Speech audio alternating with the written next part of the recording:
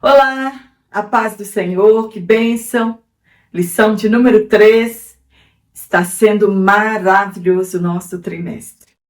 Não deixe de curtir, compartilhar, comentar em minhas aulas. Isso ajuda muito. O YouTube sugeriu o meu canal para outras pessoas. Se tem sido uma bênção na sua vida, tem te ajudado em sua sala de aula, comenta aqui, compartilha, se inscreva no meu canal.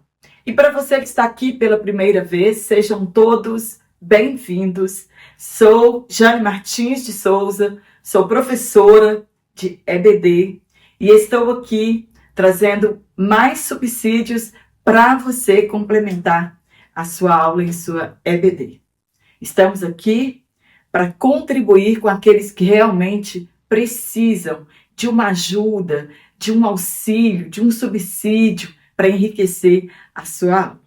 Então, fique aqui comigo até o final desta aula e vamos aprender bastante. Não deixe de comentar como foi a sua aula de número 2. Já recebi feedback de alguns irmãos e professores que a aula foi uma bênção, né? Está sendo uma bênção e que está agregando conhecimento mais do que você já possui, é claro. É o Espírito Santo que nos dá graça, nos dá sabedoria, ao conhecimento que adquirimos para levar a nossa classe, graça de Deus, para que todos possam aprender da palavra de Deus. E o mais importante, colocarmos em prática o que temos aprendido em nossas EBDs. Hoje, na lição de número 3, nós vamos falar sobre a encarnação do Verbo. Os textos que foram tomados como base para estudarmos esta aula está em 1 João, capítulo 1, do verso 1 a 3, também no capítulo 4, do versículo 1 a 3, e a segunda carta de João. Só tem um capítulo, mas no capítulo 1 que existe, e o verso 7. Não há nada novo, já aprendemos em Provérbios, que não há nada novo em nossos dias.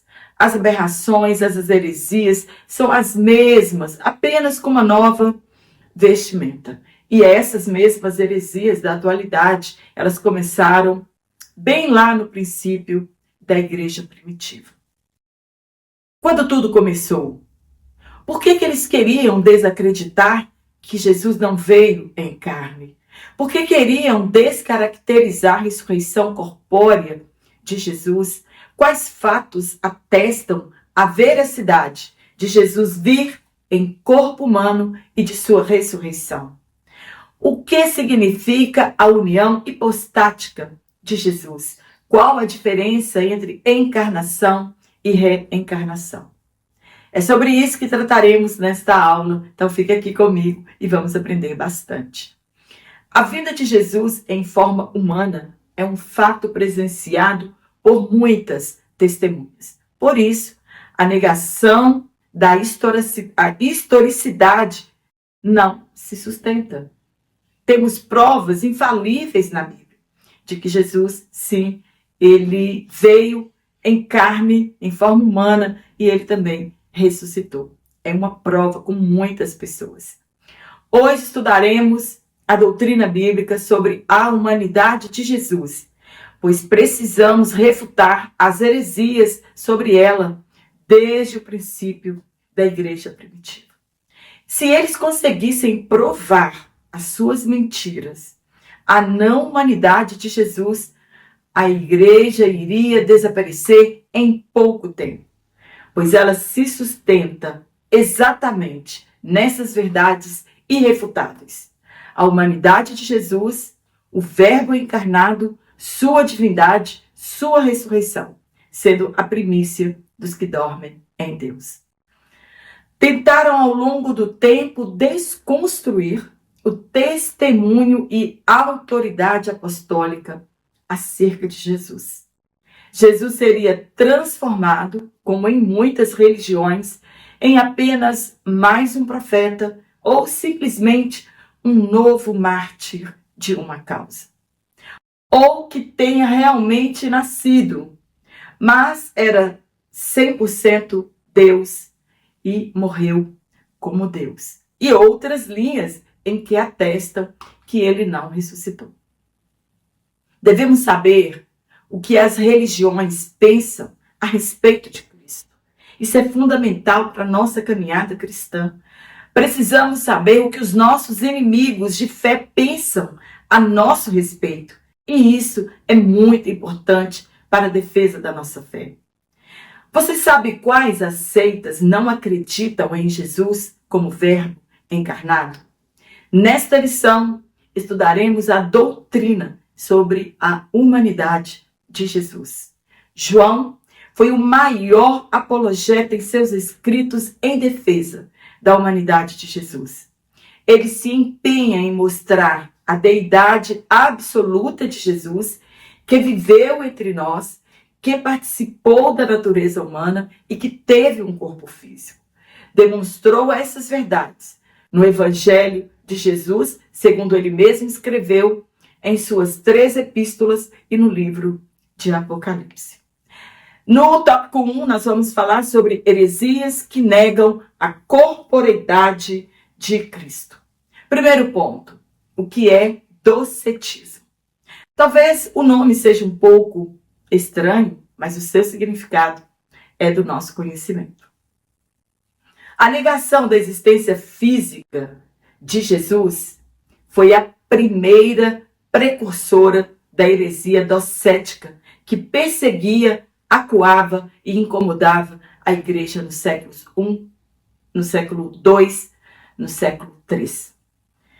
O termo grego dokeo significa ter aparência. Hoje, as pessoas não se importam mais com as heresias e dizem, entre aspas, deixa eles. O importante é que o evangelho seja pregado. Mas, no princípio, não foi assim. Os pais da igreja não banalizaram as heresias e as contestavam veemente. Naquele tempo havia 2 escolas nas ramificações da igreja. A escola de Alexandria, cuja abordagem era alegórica, se apegando à divindade de Jesus e deixando de lado sua humanidade. Enquanto a escola da Antioquia enfatizava a abordagem literal à interpretação das Escrituras, defendiam bem a humanidade de Jesus, mas às vezes faziam assim às custas da divindade de Jesus. O docetismo negava a realidade da humanidade de Jesus Cristo, dizendo que seu sofrimento e sua morte foram aparentes, pois sendo assim, este Jesus descrito pelos docetistas não poderia salvar ninguém. Seria o fim do cristianismo, pois a condição prévia para a salvação da humanidade era o Cristo em um corpo humano, sem pecado, que experimentou todas as nossas limitações, que morresse na cruz para destruir o domínio de Satanás sobre a humanidade. Foi pela morte que Jesus aniquilou quem tinha o império da morte, isto é, o diabo. No ponto 2, o que os docetas ensinavam sobre Jesus? Ensinavam coisas fora das Escrituras e contrárias à palavra de Deus. O nascimento humano de Jesus é o cumprimento da profecia de Isaías 7,14. Há elementos na doutrina de Jesus que precisam ser relacionadas entre si, entre eles. O nascimento virginal de Cristo é a fase inicial de Jesus como homem e como Deus ao mesmo tempo. O segundo elemento que deve ser relacionado é a doutrina de que Jesus, na sua pessoa única, é plenamente divino e plenamente humano. Deve ser feita uma exegese do texto, controlando os significados que atribuímos às palavras da Bíblia. Em Isaías está escrito, entre aspas, portanto, o mesmo Senhor vos dará um sinal. Eis que a Virgem conceberá e dará à luz um filho, e chamará o seu nome Emanuel. Claro que sabemos que essa profecia foi cumprida em parte, lá mesmo, no tempo do profeta Isaías, e depois o cumprimento total no Novo Testamento em Jesus. Jesus foi gerado em um ventre materno, recebeu o invólucro de seu espírito, isso é, a mesma carne que nós temos. Esse é o nosso enfoque. Jesus teve um começo bem humano, cumpriram-se todos os prazos estabelecidos para o ser humano. Maria teve 9 meses de gestação, nasceu como toda criança. A diferença é que nasceu de uma virgem e foi gerada pelo Espírito Santo. Cresceu como toda criança, porém tinha consciência de sua divindade e de quando começaria o seu ministério terreno. Não apareceu para as pessoas, mas ele foi criado em um lar com irmãos, com seus pais, José e Maria, com seus tios, Isabel e Zacarias, parentes próximos e vizinhos. Jesus tinha vizinhos. Os pastores foram testemunhas do seu nascimento. Simeão e Ana presenciaram a apresentação de Jesus. As pessoas sabiam quem ele era. Foi circuncidado ao 8º dia e depois apresentado ao templo logo após o resguardo de Maria ou sua purificação, determinados por lei. 41 dias, 8 mais 33. Isso sem contar os relatos de sua infância, do seu desenvolvimento físico, intelectual e espiritual. Jesus não aparecia nos lugares e desaparecia. Isso somente aconteceu depois de sua ressurreição, com os discípulos de Emaús e em outras ocasiões com os seus discípulos. No ponto 3, o que os principais docetas diziam de Jesus? A igreja primitiva, liderada por figuras como os apóstolos e os pais da igreja, rejeitou o docetismo como uma heresia. Os escritos de teólogos como Irineu, de Lyon e Tertuliano foram fundamentais para refutar essa doutrina, enfatizando a importância da encarnação e do sofrimento de Cristo. A defesa da verdadeira humanidade de Jesus tornou-se um pilar da teologia cristã, contribuindo para a formação do credo niceno. O docetismo teve suas origens em pensamentos de correntes gnóstico. 3 dos principais heresiarcas negavam que Jesus Cristo tivesse vindo em carne. Para eles, Jesus tinha sido um corpo, né? Ele tinha tido um corpo de fantasma. Cerinto negava o nascimento virginal de Jesus e ensinava o docetismo. O nascimento virginal de Cristo é uma realidade sobrenatural e depende disso para continuar sendo sustentado. Isso significa que Jesus foi concebido quando Maria era virgem e que ela era virgem quando ele nasceu. E não que as partes do corpo de Maria tenham sido preservados virgens de modo sobrenatural. Essa heresia, quem prega essa heresia é a Igreja Católica, dizendo da virgindade, né, eterna de Maria. Então, para eles, ela sempre continuou virgem. Então, eles querem preservar essas heresias, esses docetas queriam preservar a virgindade. Nós não estamos aqui preservando a virgindade eterna de Maria e de modo sobrenatural. Ela teve um filho e continuou virgem. No decurso natural de um nascimento humano, ali ela perdeu a virgindade, mas ela continuou virgem porque ela não tinha conhecido ainda nenhum homem. Ela estava casada com José, mas eles não tinham, na gestação de Maria, mantido relações sexuais, porque tinha que ser o cumprimento da palavra de Deus. Era uma virgem que ia conceber, que ia ganhar o Filho de Deus. Só que isso é assunto para uma outra. Cerinto, ele foi contemporâneo de João em Éfeso. Saturnino, o principal representante do gnosticismo sírio.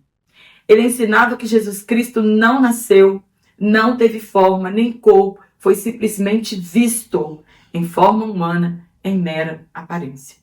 Ele foi um dos primeiros professores gnósticos a separar o Jesus humano do Cristo divino.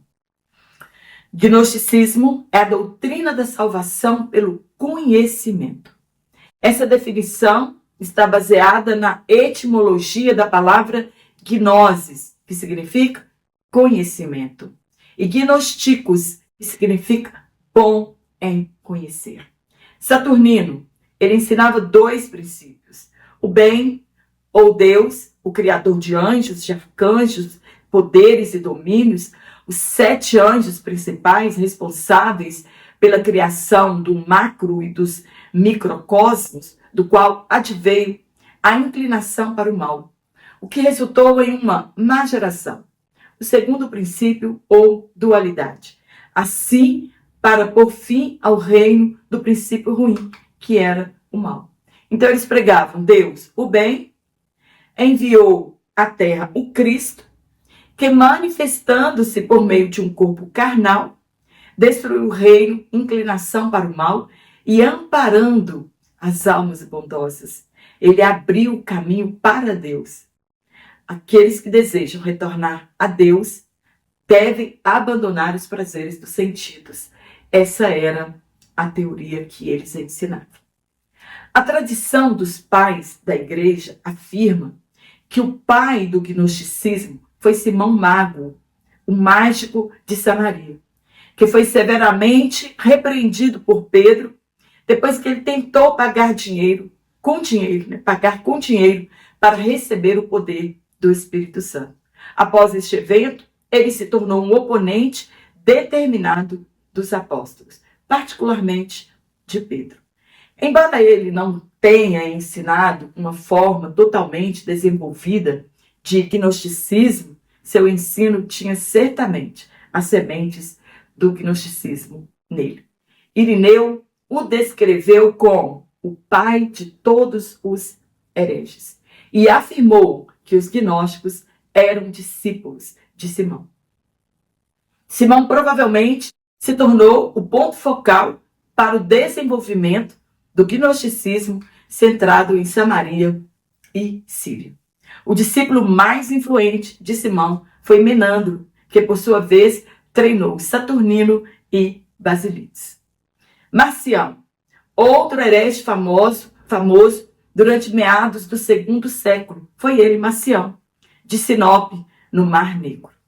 Ele mostra muitas características do gnosticismo, incluindo uma teologia fortemente dualista e rejeição do Deus criador judeu do Antigo Testamento. Ele só aceitou um cânone limitado das Escrituras, incluindo o Evangelho de Lucas e algumas das cartas de Paulo. Ele também negava ser Cristo totalmente humano, mas quanto a seu corpo, não se sabe a opinião dele. A Bíblia relata o nascimento de Jesus, o local que ele nasceu, Belém de Judá. A época era o reinado de César Augusto, imperador romano, o recenseamento romano. A Bíblia também fala do corpo físico de Jesus. Havia também os nicolaítas, ideias daquele Nicolau escolhido para ser diácono, segundo algumas tradições, e outras negam que seja ele. Então aqui nós não estamos afirmando que quando nós lemos lá sobre a doutrina dos nicolaítas, seja Nicolau um dos 7 diáconos. Mas há alguns pensadores que dizem que sim e outros dizem que não. Não estamos discutindo isso aqui. Jesus em Apocalipse rebate as suas doutrinas na igreja de Pérgamo. E a igreja de Éfeso rebatia as suas doutrinas. No tópico 2, a afirmação apostólica da corporeidade de Jesus. No primeiro ponto, o que era desde o princípio? 1 João 1:1. Os evangelhos sinóticos, Mateus, Lucas e Marcos. Por que são sinóticos? Sinótico significa a mesma visão. Assim referidos por conterem uma abundância de histórias em comum, narradas na mesma sequência, às vezes com as mesmas frases. Ressaltam os aspectos humanos de Jesus, exteriores, enquanto João ressalta a divindade de Jesus, que são aspectos interiores. O Evangelho, segundo escreveu João, é uma interpretação de Jesus. A expressão citada acima, em 1 João 1:1, é uma reiteração de João 1:1. No princípio era o Verbo. Ele já existia antes da criação. Portanto, é Deus. Mas João não perde de vista que o Verbo se fez carne e habitou entre nós. E vimos a sua glória. E ele foi visto por pessoas. É o que conhecemos como união hipostática. É a união entre a natureza divina e a natureza humana, na pessoa única de Jesus.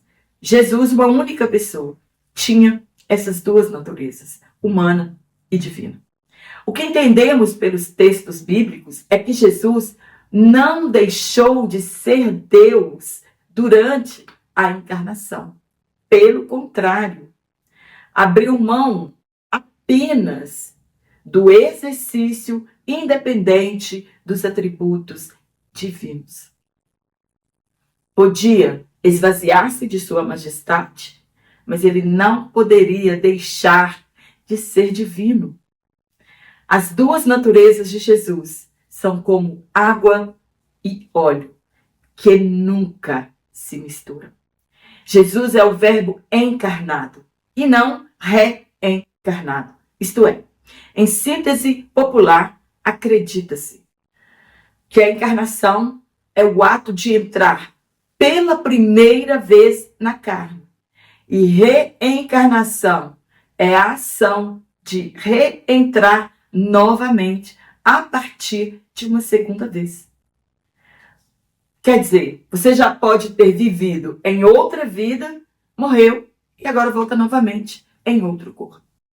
O docetismo começou a ser desarticulado com os credos dos apóstolos e Niceno. E em 451, depois de Cristo, no concílio de Calcedônia, ficou mantido no cristianismo como o baluarte, isto é, o alicerce da ortodoxia nesses últimos 15 séculos de que Jesus é 100% homem e 100% Deus. A humanidade de Jesus voltou a ser tratada de maneira insofismável. O que é isso? Incontestável. Nenhum sofisma. Uma ilusão da verdade, mesmo usando todos os argumentos possíveis de uma inverdade. Quando João descreveu que Jesus habitou entre nós, na exegese da palavra tabernaculou, ele trouxe a presença de Deus na terra, com a sua encarnação. No ponto 2, a reafirmação apostólica. Não é redundância quando João afirma que viram com seus próprios olhos. Todo mundo só vê com os olhos, mas eles estão dizendo com seus próprios olhos. Quer dizer, ninguém me contou, não foi inventado essa história. As pessoas poderiam crer nessa verdade, pois eles não ouviram contar. Eles mesmos viram a Jesus encarnado. Jesus veio em carne e ele podia ser tocado. Ele pediu que Tomé o tocasse e muitas outras pessoas tocaram em Jesus. Como poderiam descrever que um fantasma sofreu sobre as mãos de Pôncio Pilatos? Fantasma não sofre. Somente uma pessoa realmente humana poderia sofrer em carne. Se Pilatos era alguém da história, Jesus também fez parte da história da humanidade como homem. No ponto 3, uma crença herética. João foi contemporâneo desses maiores heresiarcas no século II, em Éfeso, cuja cidade vivia Cerinto o Doceta. João escreveu para combater as heresias do seu tempo. Ele escreveu de forma direta aos heresiarcas que aquele que nega Jesus, que Jesus veio em carne, não é de Deus. É o fim do cristianismo se alguém aceitar essa inverdade. Isso é o espírito do anticristo. Se Jesus nasceu e não teve corpo físico real, logo ele não podia ter morrido. E se ele não morreu, claro que também ele não ressuscitou. E se de fato isso não aconteceu, é o fim da esperança. Somos os mais miseráveis dos homens. Os mesmos termos aplicados aos nossos aspectos diferentes da humanidade também descrevem o próprio Jesus. É uma maneira de nos convencermos da completa humanidade de Jesus. Quando é feita a exegese da palavra grega ou hebraica, temos conhecimento das verdades bíblicas. No grego, a palavra pneuma, espírito, é usada para descrever o espírito do homem. E a mesma palavra é empregada para Jesus. Ele mesmo aplicou a si o pneuma quando na cruz entregou o seu espírito ao Pai e expirou. O Jesus encarnado, ele possuía alma humana. A palavra grega descreveu os sentimentos que ocorriam dentro do íntimo de Jesus e as suas emoções. Jesus no Getsemane angustiou-se, entristeceu e teve medo. Sentimentos normais para o ser humano. Eles foram chamados por João enganadores, por não confessarem que Jesus veio em carne. Jesus participou das fraquezas humanas.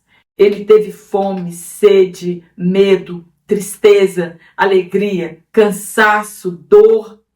Jesus teve carne e sangue, pois foi através do seu sangue e de sua carne que recebemos a expiação dos nossos pecados. Somente assim ele poderia derrotar a morte e nos levar a Deus. No último tópico, como essas heresias se revelam hoje. Ponto 1. Quanto ao nascimento virginal de Jesus. Lembrando que eu vou deixar aqui na descrição da minha videoaula um link da Hotmart, onde você adquire esse PDF, essa aula em PDF, exatamente como eu leciono aqui. E também o link do meu WhatsApp, se você preferir, você vai adquirir comigo, você fala comigo diretamente no meu WhatsApp. E também o link do meu Instagram, se você quiser me seguir lá pelas minhas redes sociais. Como essas heresias se revelam hoje? Ponto 1. Quanto ao nascimento virginal de Jesus. Há movimentos religiosos na atualidade que negam o nascimento virginal de Jesus. Os Mormons e a Igreja da Unificação ensinam que ele não foi gerado do Espírito Santo.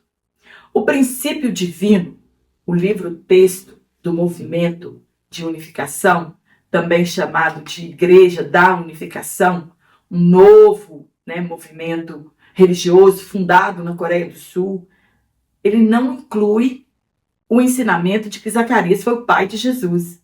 No entanto, muitos de seus membros sustentam essa crença, que Jesus era filho de Zacarias e não de José e Maria. Notavelmente, essa visão é avançada por Yonghyun Kim, citando o trabalho da teóloga liberal britânica Leslie Weatherhead, em seu livro Teologia da Unificação. A Igreja de Jesus Cristo dos Santos dos Últimos Dias, fundada por James Jesse Strang, rejeita o nascimento virginal e acredita que o pai de Jesus foi José, marido de Maria, e que ele não foi gerado pelo Espírito Santo. O Antigo Testamento de antemão já previu o nascimento virginal de Cristo e seu cumprimento no Novo Testamento. Então é uma heresia antiga, a crença do nascimento não virginal de Jesus. Entretanto, foi defendido pelos apóstolos e todos que vieram depois deles, que sim, o nascimento de Jesus foi de uma virgem. Jesus foi gerado pelo Espírito Santo. O anjo Gabriel disse a Maria, entre aspas, descerá sobre ti o Espírito Santo e a virtude do Altíssimo te cobrirá com a sua sombra. No ponto 2, quanto à morte e ressurreição. Se tivesse enfrentado a morte como Deus, não haveria esperança para nós. O heresiarca gnóstico do Egito, Basílides, negava a crucificação de Cristo e criou uma história mais difícil de acreditar, que Simão, o Cirineu, transfigurou-se à semelhança de Cristo e que foi Simão que foi crucificado no lugar de Jesus por engano, e a população o tomou por Jesus e a notícia se espalhou e que Jesus assistiu à sua crucificação. Essa ainda é mais difícil de acreditar.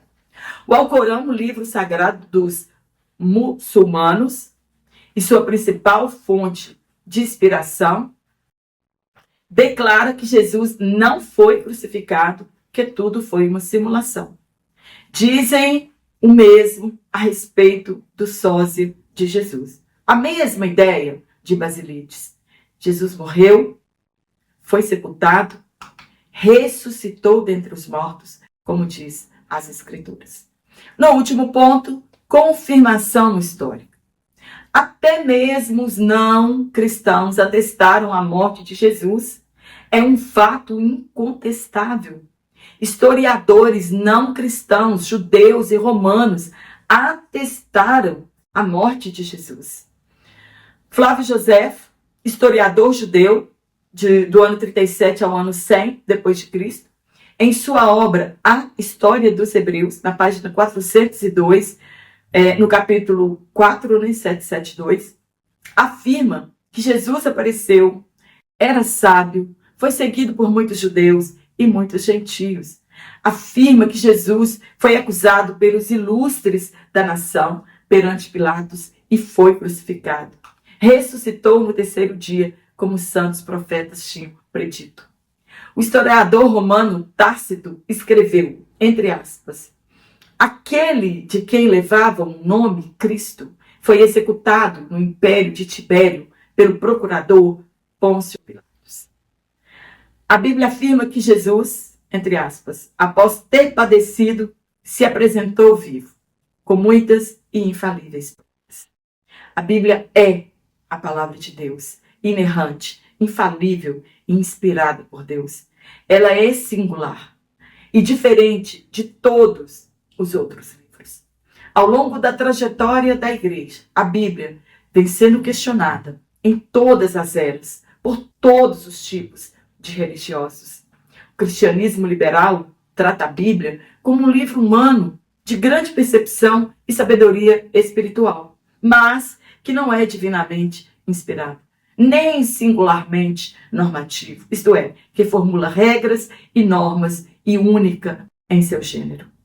No ensino cristão liberal, que não é cristão de forma alguma, a razão do homem é o foco principal. E é tratada como autoridade final. Teólogos liberais procuram conciliar o cristianismo com a ciência secular e com o pensamento moderno. As seguintes doutrinas são ensinadas pelos teólogos liberais quase cristãos. Primeira, a Bíblia não é inspirada por Deus e ela tem erro.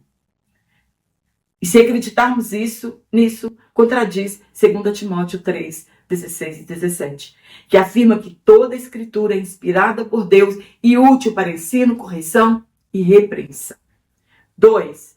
O nascimento virginal de Cristo é um ensino mitológico e falso. São os cristãos liberais. Isso contradiz diretamente Isaías 7,14 e Lucas 2. Terceira ideia deles: Jesus não ressuscitou do túmulo em forma corpórea. Isso contradiz os relatos da ressurreição, em que todos os 4 evangelhos e todo o Novo Testamento afirmam. 4. Jesus era um bom professor de moral, mas os seus seguidores tomaram liberdades com a história de sua vida como registrada na Bíblia. Afirma o quê? Não houve milagres sobrenaturais. Quinta ideia deles: o inferno não é real. A sexta ideia deles: que a maioria dos autores humanos da Bíblia não são pessoas tradicionalmente aceitas. Por exemplo, para eles, Moisés não escreveu os primeiros 5 livros da Bíblia. Amém? Espero ter te ajudado. Essa aula é muita história, então você precisa estudar com antecedência para você dar uma aula com excelência. E são muitos pontos que podem gerar discussão em sua aula. Mas espero ter te ajudado, contribuído com a sua aula para essa semana. Que Deus na pessoa de Jesus Cristo, continue te abençoando. E é assim mesmo, os cristãos precisam aprender da palavra de Deus para se defender, para a defesa da sua fé contra as heresias atuais. Quero mandar um forte abraço a todos vocês, que você tenha uma excelente aula, e eu te espero aqui na aula de número 4, se Deus assim nos permitir entrar.